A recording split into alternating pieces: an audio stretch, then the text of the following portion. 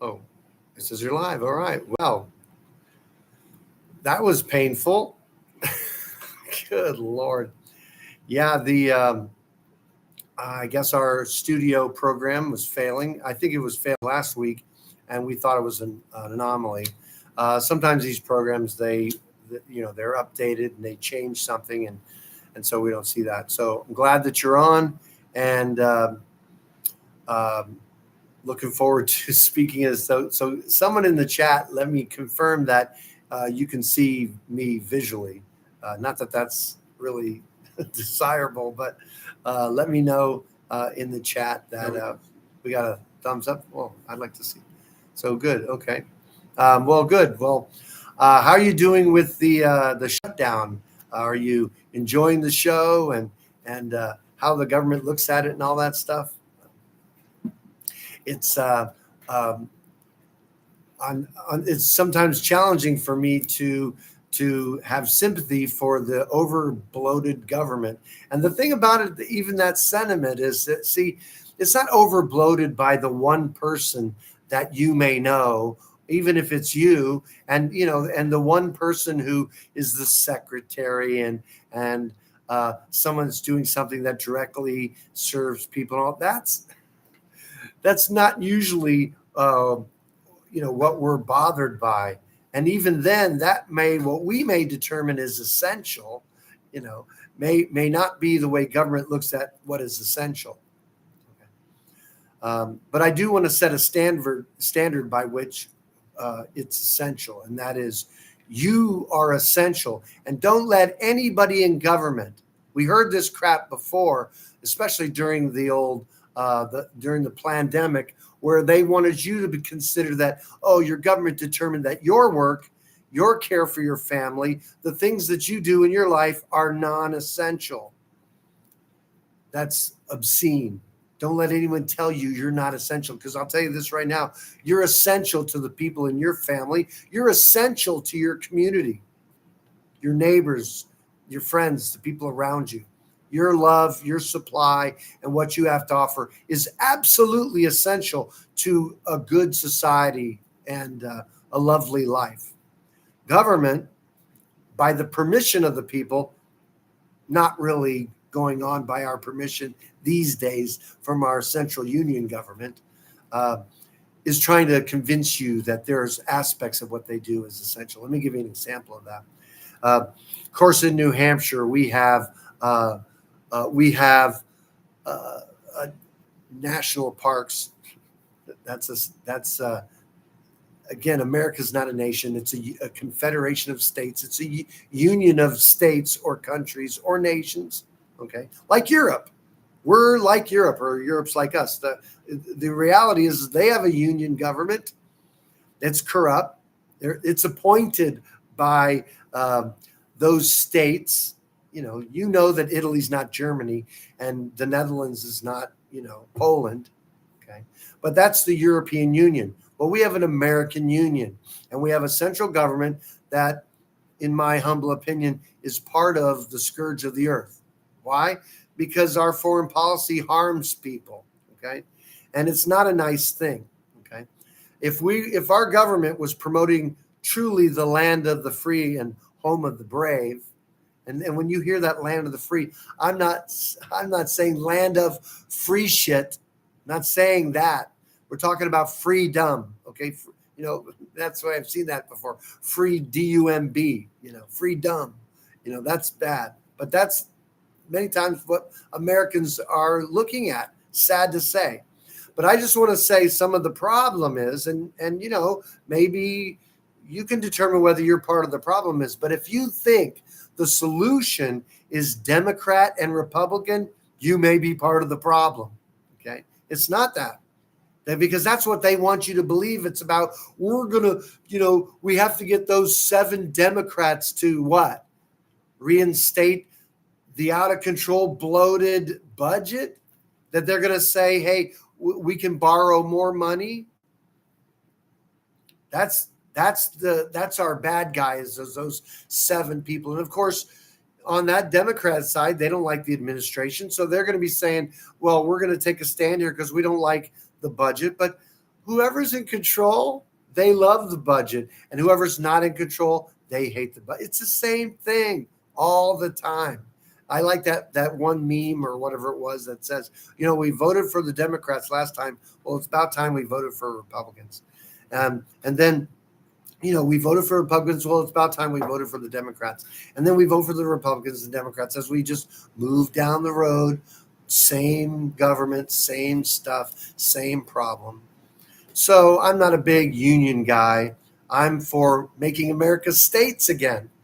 That's, in my humble opinion, one of our assets is that we have free and independent states that don't behave so free and independent. It's difficult, even in the circles that I'm in, when we're making reference to the sovereignty of a state. Okay?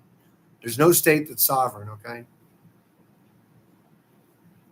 Not to say that states shouldn't be sovereign, or on some level they are separate, and they are separate countries. In that regard, they are sovereign.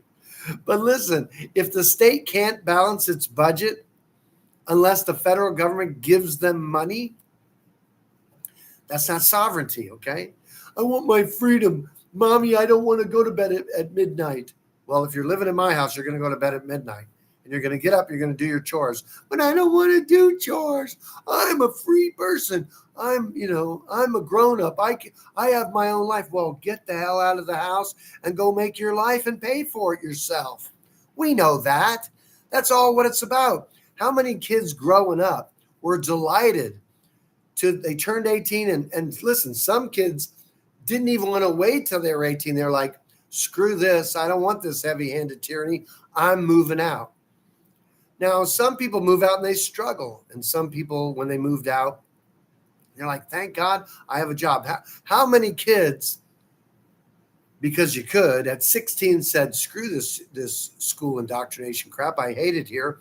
I'm going to work so I can have my life the way I want it to be. And they went into the workforce and learned a skill, a trade. That's tremendous. A lot of great rich people today, there's a number of them, quit school before, never got a high school diploma, or maybe even that they didn't get a college degree. And that sentiment is out there.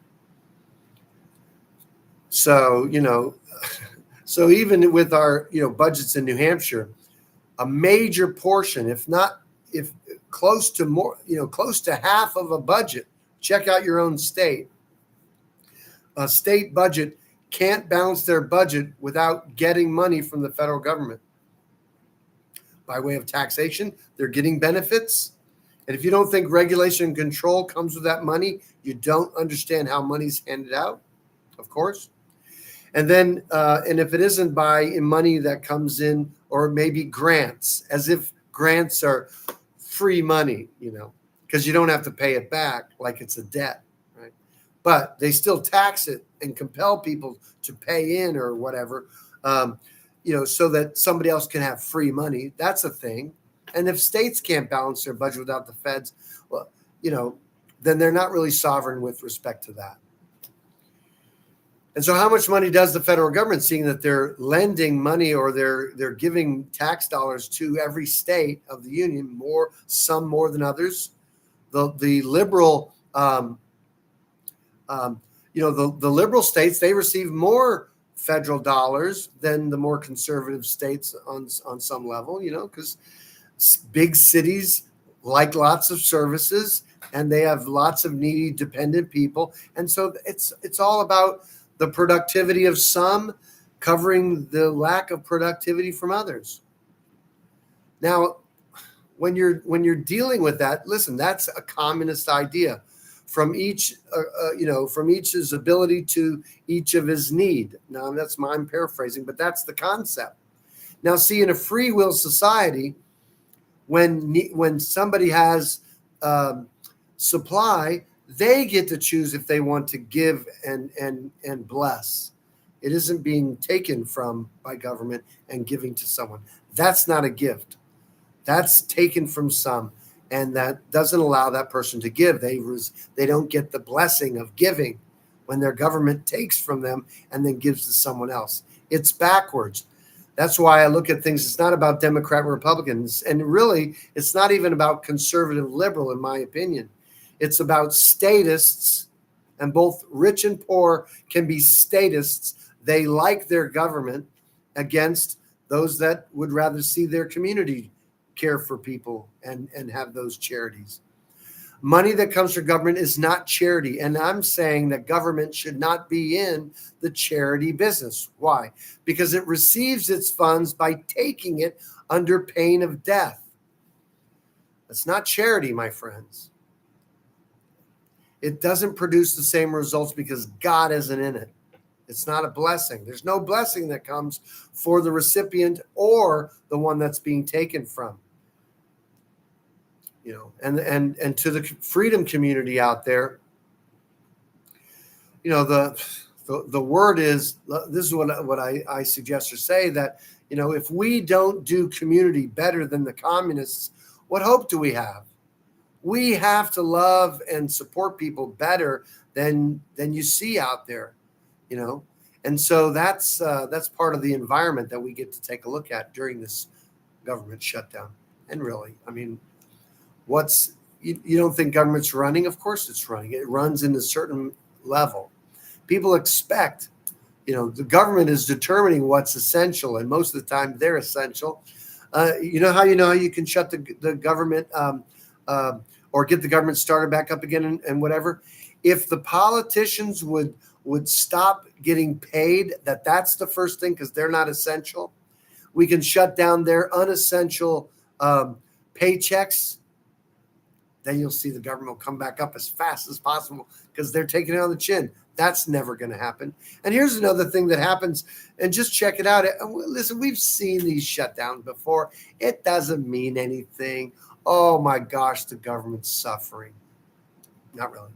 Listen, if somebody in government hasn't been saving with the amount of money they make, and they're not prepared for the shutdown, and they're well, just like you and me in the real world, if we don't prepare for difficult times, snowstorms, hurricanes, you know, calamity that comes in, if you're not prepared for those things, if you're not prepared for life, well, then yes, you're going to be more uncomfortable. You're going to suffer. And the same thing would go for these government people. So, but here's the rub. They're not going to lose anything. They're just not getting paid right now.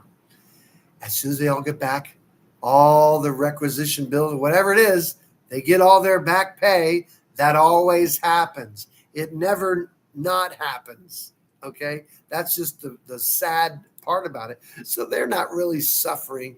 If they're suffering, it's just because of their lack of preparation. But, you know, that does happen. Oh, it's too bad.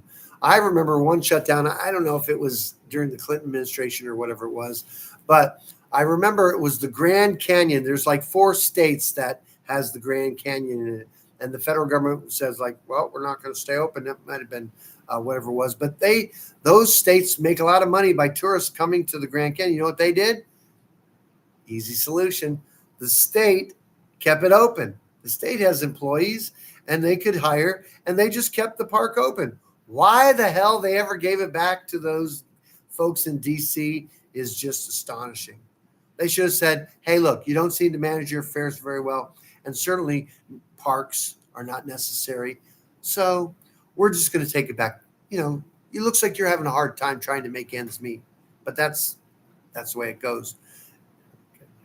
See, us out in the real world, you have to work in real budgets and stuff like that. You can't, you know, again, if you're borrowing money to balance your budget, it's not, who's promoting that? What kind of, what kind of an expert in budgeting says, oh, and here's your budget, and be sure to add borrowing and keep borrowing.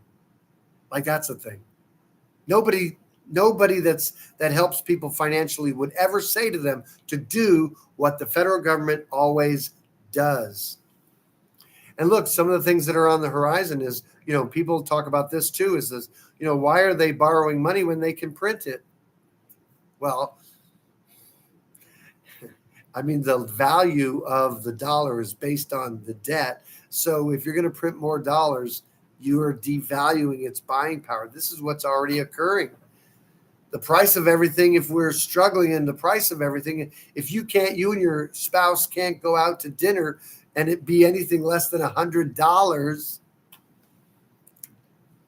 that's thanks, central bankers. And this is intentional. This is the way it's supposed to look. But what government wants you to make out is that they're having a conversation about who and what is essential.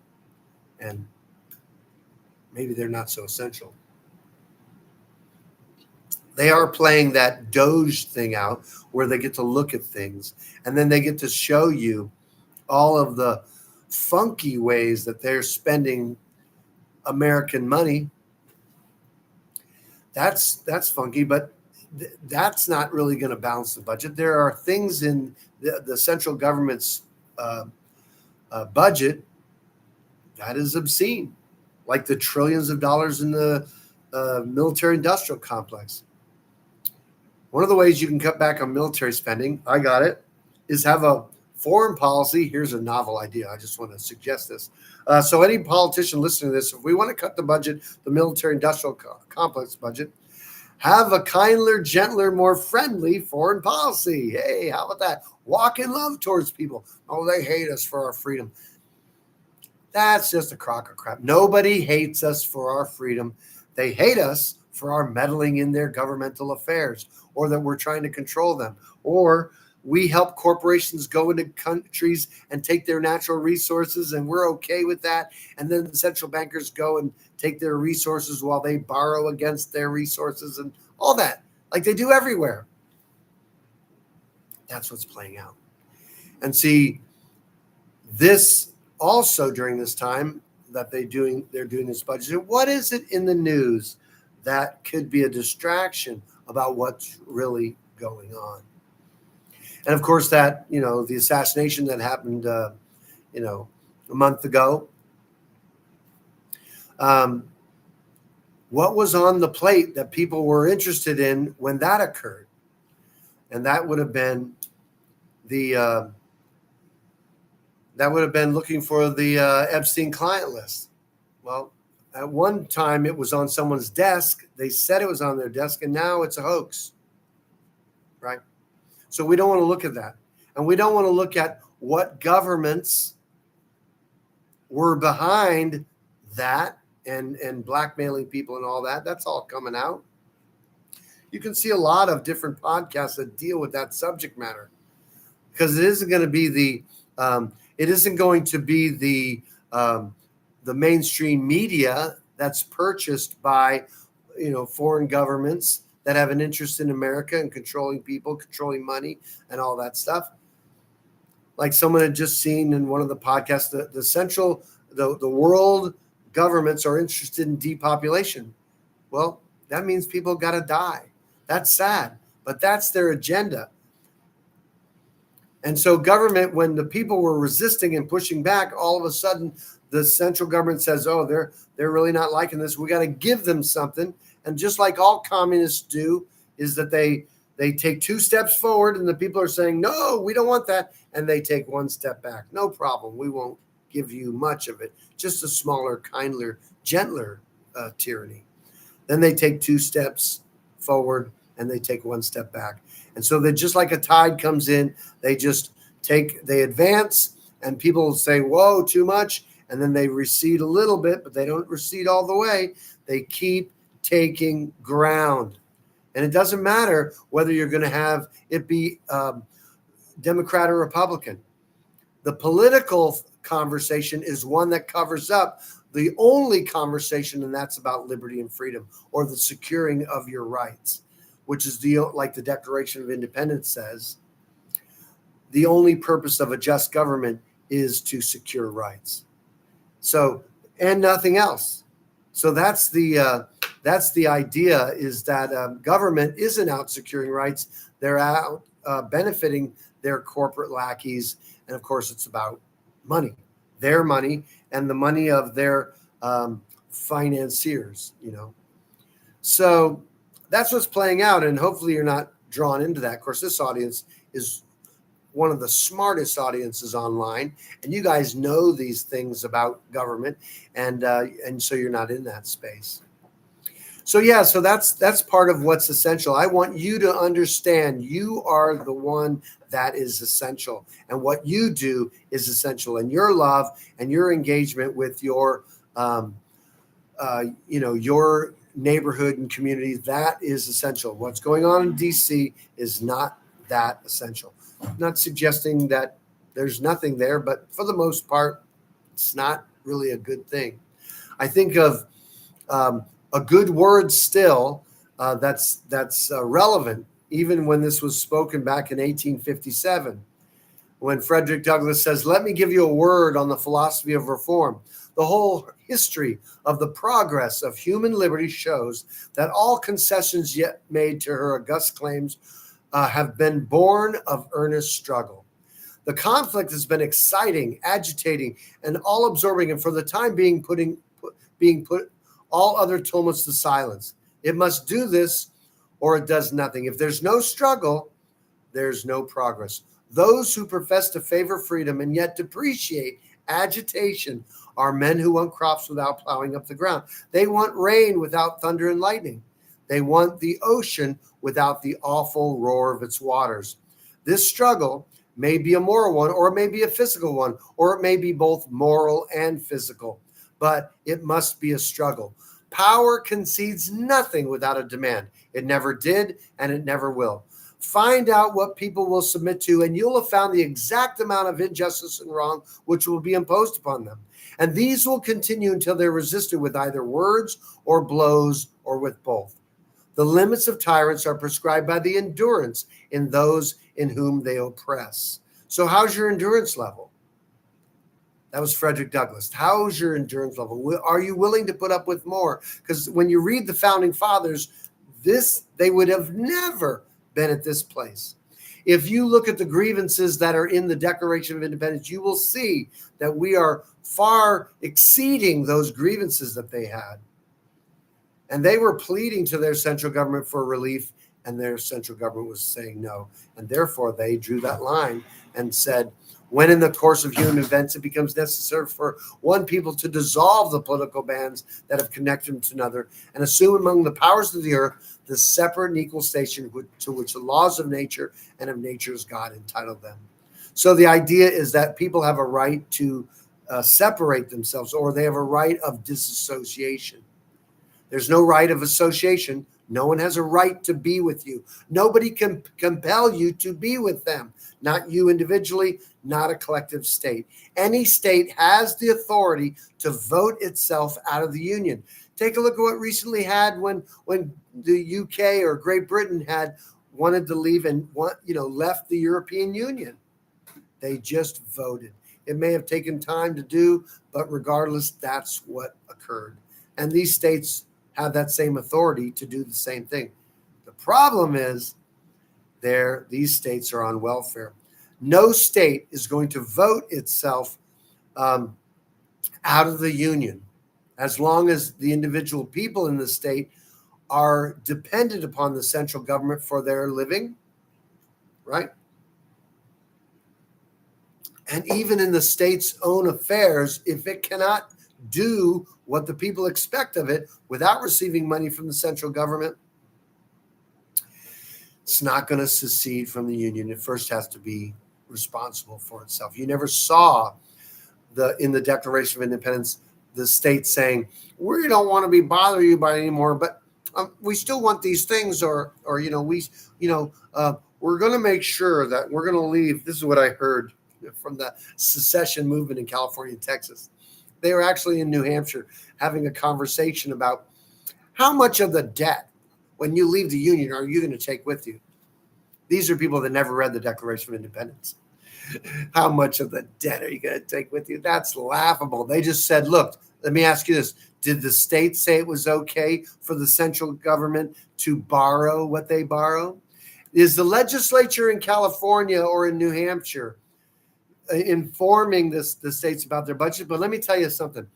The 17th Amendment to the Constitution, in which they changed how senators get into Washington. It used to be that the legislature in the states would vote and appoint the senators into office. When they realized that they couldn't control the states that way, then thanks, whenever it was, they did the 17th Amendment. I don't believe that it was ever ratified properly because no state's going to give up that power. Frederick Douglass said that power concedes nothing without a demand. It never did. It never will. So I don't believe the legislatures of the state said, let's see, give up power, giving up determining who senators are. Yeah, that Washington thing, we're too busy for that. I don't want to meddle in their affairs. We'll let the people elect the senators. People, they have no clue what's going on. But imagine if the state legislatures were directly in control of and determining how about every bill that comes before Congress. And if they don't like the way it is, 6 years comes along, a senator's out because the new government may be in that state. There'd be a lot of great changes, but that's not happening. And again, I don't get how voting even mattered in New Hampshire. I have heard no one explain to me that I could believe that the state could choose the Republicans for the House and the Senate and the governor in 1 year, and that same body of people sent the Democrats back to Washington. Doesn't make sense to me. Not that, that's the only choices they had. It doesn't make sense that you could have the majority of these votes, have that in New Hampshire, and yet send the Democrats back to the state. I don't believe there's corruption. Has to be. Doesn't make sense to me. Oh, yeah, we want Republicans in New Hampshire, but we don't want Republicans in Washington. Doesn't. If you vote for Democrats or Republicans. I stopped voting for anything going into D.C. They don't represent me or my interests. They're not interested in freedom, so I don't want to send anyone there. I don't want to send good people there. I'll have the good people stay in New Hampshire, secure New Hampshire. That's enough. It's already too much, but that's enough. So anyway, that's what I want to say. So always remember, you are the most essential in our society. It's you. So I wanted to, thanks for being on, but I want to make sure that I can answer any questions you may have about state citizenship. One of the ways that you can leave the union on some level is certainly in your own life and with your own, the fruit of your labor. If you want to keep all the fruit of your labor, then you might have to make a choice of whether you want to be a 14th Amendment federal citizen, that's a citizen subject to the jurisdiction thereof, or whether you want to be a citizen of your state, which is based in habitation and domicile. So we do that kind of work with the U.S. State Department, and so we help you and show you how to facilitate that so that you can eliminate your income tax liability. And typically, if you don't have a federal income tax liability, you won't have a state income tax liability, because if you look at the statutes that are in your state for income tax, you'll see that it's based on the federal. And so if you have no liability there, you're not going to have a state liability either. And we have Americans all over the world that have done these processes, and it's been effortless. And I won't say it's effortless. That's a bit much. There's some effort to it. You have to make sure your paperwork is correct. That's the effort. But it's not a fight. It's not tax revolt. It's not tax struggle and all. Matter of fact, the scary thing about it is that you find yourself agreeing with IRS in dealing with people because the people choose to be in that jurisdiction. Okay, that's the choice you make, and it's in your power to make a different choice if you choose. Otherwise, you have these obligations and things like that. So, and we want to help you in that area. So, anyway, so that's part of that. Let me just make sure we don't have some other questions. So, if you have any questions about any of our services, if you want to access our website, go to DestinationFreedom.org, and you can go there and we have classes and workshops. If you want to email us or you want to connect with me and talk about your particular situation or what have you, then just make that request at statecitizen@destinationfreedom.org. And let's see. All right. Well, there you go. That's very helpful. So there's our link for Destination Freedom, and just some of the things that are coming up is next year, and that is there is an event in Mexico City called Moneratopia, which if you're into privacy cryptocurrency, that's going to be a great place to be. And look, hey, here's some news. Gold went over $4,000. How is that for sweet for gold, you know? And cryptos are moving. They're rising in some things. It's a great time to make some good money in that space if that's what you're into. And also, Anarchapulco won't be in Acapulco this year. That's in Mexico. It's going to be next year, I'm saying, is going to be in Puerto Vallarta. And so that's where that next conference is going to be there. We'd love to have you join us there. Hey, we'll go get together and have a nice dinner and things like that. So love to have you be a part of that. We are spending a lot of time in the office. We're pushing through on some of our paperwork and such, just so you know. And let us know if you don't see something that we need to see. To email us at statecitizen@destinationfreedom.org. And keep us in your prayers. We're wanting to build our staff so we can take on more. We have some great things happening coming up. I have some good new relationships that are developing. We're looking to unplug whole churches, if you will. So if you know a pastor that's a freedom-minded individual that doesn't have fear and would like to free up the capital in their church that has been uselessly going to the central government, and you'd like to come out of that and enjoy the fruits of that labor and benefit your church, well, then reach out to us at DestinationFreedom.org, and we'd be glad to talk with you about that. That'll be a lot of fun. So, hey, there is our friend from Miami. That's fabulous. Must be nice down there as it starts to, the temperature starts to change. That's going to be where we'll end up hanging out at some point. So, all right. So no questions on here for now, but I appreciate that. Sorry for our hard start. Being live here on YouTube is we just went directly to YouTube. That's how we got out here. So we'll figure out what happened with our platform so that we can have a smoother introduction. All right. Well, thanks so much for being on tonight. We'll see you next time at DestinationFreedom.org. I'm Christopher Gronsky. I'm thankful for you. You're essential. Take care. Have a good night.